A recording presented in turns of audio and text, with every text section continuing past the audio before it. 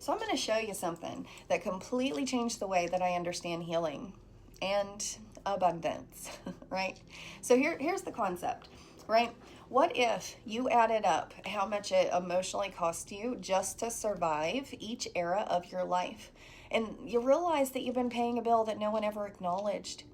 And what if that bill didn't reset every chapter?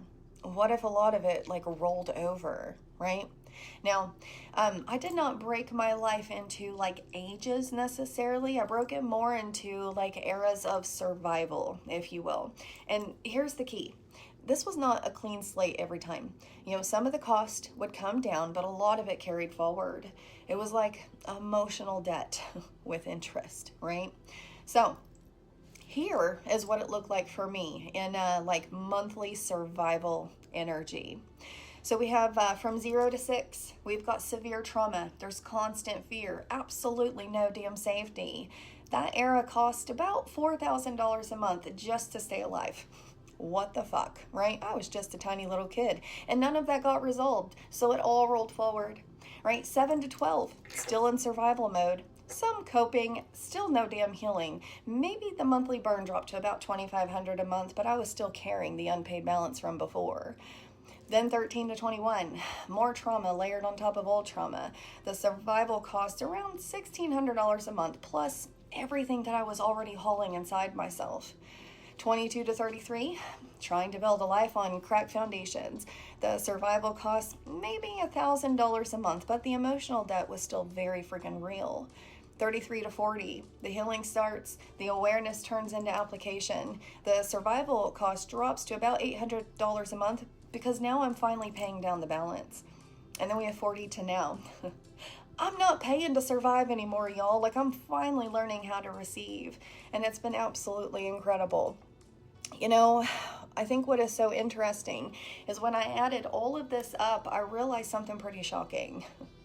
At one point in my life, I was spending the equivalent of $9,900 a month just emotionally surviving. $9,900. And suddenly it made sense why abundance felt freaking blocked and why receiving felt unsafe. I was still living like that bill was due every damn month, right? And here's where people get confused, I think, about healing, right? Learning, therapy, awareness, all those tools, yeah, those do cost some kind of energy, but the energy isn't a bill.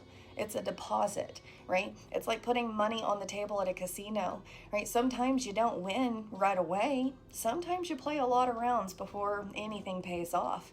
But holy shit, when it hits, everything changes. Healing is not burning money. Not healing is.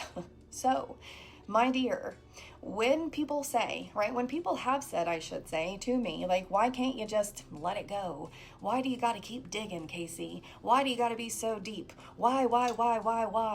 Always ask with such, the tone behind it, man.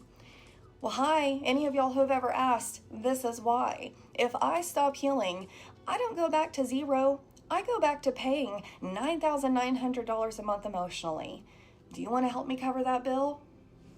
No? All right, exactly. So let me do what I gotta do, right? Healing also shows you something else though, you guys. That some relationships were emotional leaks. They're costing you a little bit extra that you didn't even know that you were spending, right? Closing those windows, it doesn't just save energy, it stabilizes your emotional economy, right? Woo. So here's the invitation. Break your life into eras. Estimate what it cost you just to survive, not to even thrive, not to grow, just to make it. Add it up.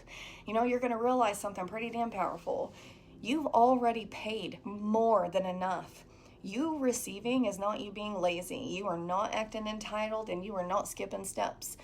It's finally cashing in after a lifetime of paying. Y'all have a good day.